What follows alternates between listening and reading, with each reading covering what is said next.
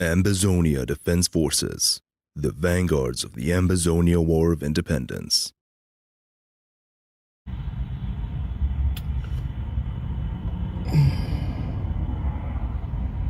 Fellow Amberlanders, good afternoon. Amber time. Today is the 30th of October 2024. I've come here this afternoon to let you know that Ambazonia is free. You have to claim it. Ambazonia is free. You have to claim it. And I'm also here to tell Ambazonians that some few days ago, the leadership of the Ambazonian Defense Forces reappointed me as the Deputy Defense Chair of the ADF, and I want to say I respectfully, happily accept that position to be your Deputy Defense Chair. And I want to send special thanks to the leadership of the Ambazonian Defense Forces, Mr. Benedict Kwa. I also want to thank the War Council for the faith they have in me.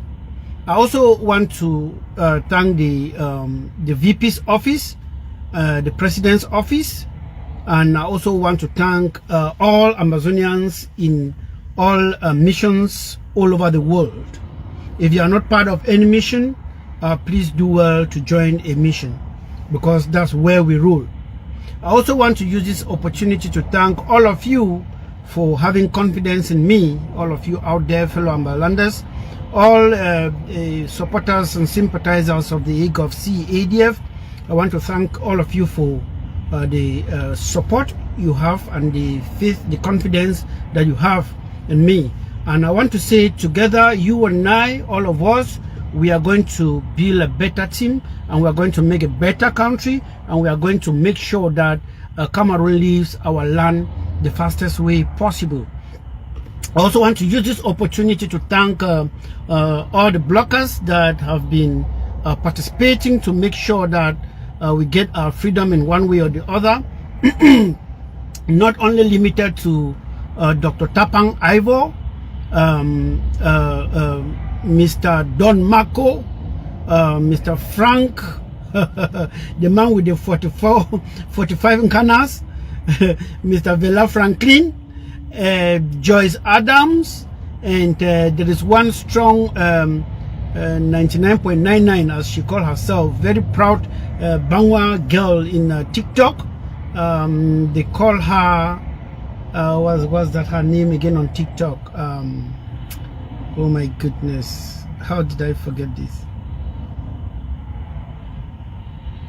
Anyway, I just want to beckon on you to support all of these fine men and women who are blocking, who are talking, who are spitting fire on our cause, to make sure that Ambazonia is that country that we all dream of. Ambazonia is that country where there is law, where there is peace and tranquility, where that place that you can proudly call your own, that place that you will not be able to, you will not be forced to speak another language that you don't clearly understand in order to be accepted.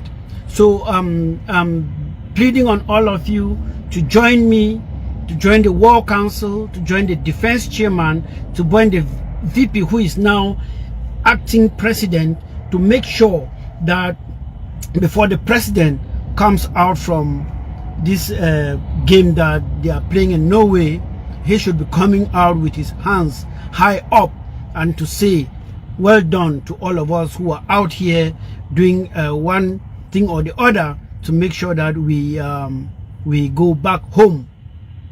So, ladies and gentlemen, I want to reiterate that I accept my reappointment as the Deputy Defense Chair of the Ambazonia Defense Council. There is nothing, no threat can make us slow down. There is just nothing that can make us slow down. Not threat, not arrest, not even death, because soldier die, soldier come, barrack they remain. One, you arrest one, it continues. The foundation that the leaders set or had put in place cannot be shaken, it cannot be broken. There's nothing that La Republic can do.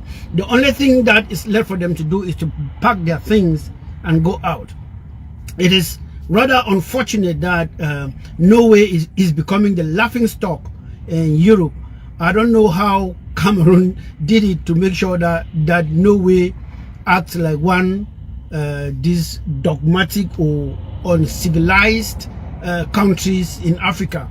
That Norway acts like the Cameroon itself.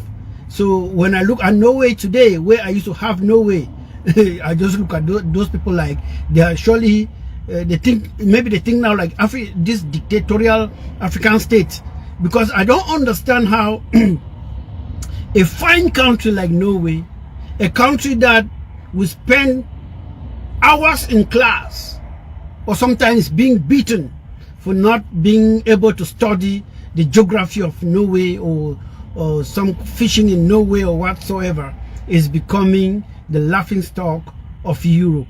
Because how on earth can a country in Africa, a dictatorial state for that matter, a genocidal state for that matter, do well? I don't know what they can do that the Norwegian government will go running around to arrest somebody without evidence. Because a country that is democratic, a country that has a rule of law, a country that is regarded as a first world country, a country that is regarded as a country that broker peace between other nations, should always, must have, or should have thought twice before getting into this cat and mouse game that Cameroon is dragging them into. So in any civilized country, before you make an arrest, you must have evidence or proof to show to the people the reasons why you made this or that arrest. You do not arrest somebody, keep the person, then you are looking for evidence. You are going around looking for evidence. It means that maybe what Cameroon sold to Norway act impulsively. Ambazonia Defense Forces, the vanguards of the Ambazonia War of Independence.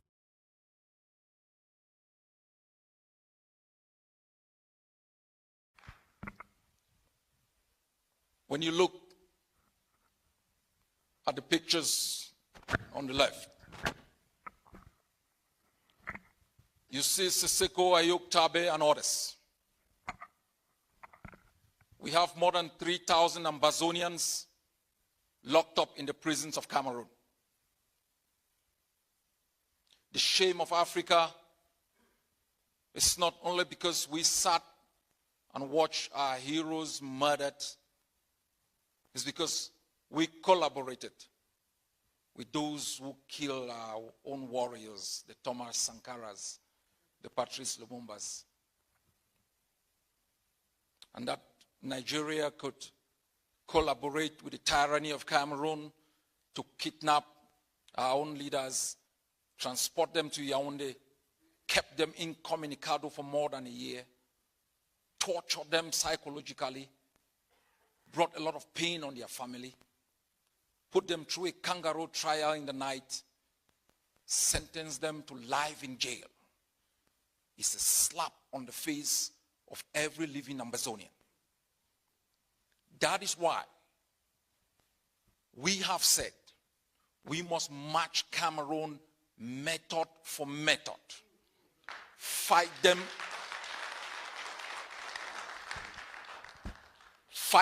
in every inch of our homeland, because they don't understand dialogue. They don't understand negotiations, because the weapons they deploy in the occupation of our homeland is that of brute force. In the past years, we put in place a well-refined strategy because we realized occupation was predicated on political governance without your consent. We realized occupation was predicated on economic exploitation. That is why we taught our defense forces to shatter the myth around Cameroon's invincibility, because Cameroon believed it was powerful to subdue us for more than 50 years, and it will be able to subdue us for the next 50 years. We shattered their invincibility when they declared war on us. We took the war to them. We fought them block by block, inch by inch, rooftop by rooftop, backside by backside. We made them to understand this generation is not the generation you can mess up with. That we have studied the occupier and we understand them. And we aren't gonna blink until the last forces of Cameroon are bundled out of our homeland. And we aren't gonna forgive and forget. We aren't gonna forgive and forget.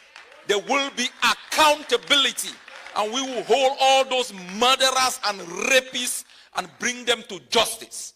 And I have made a solemn promise to our people.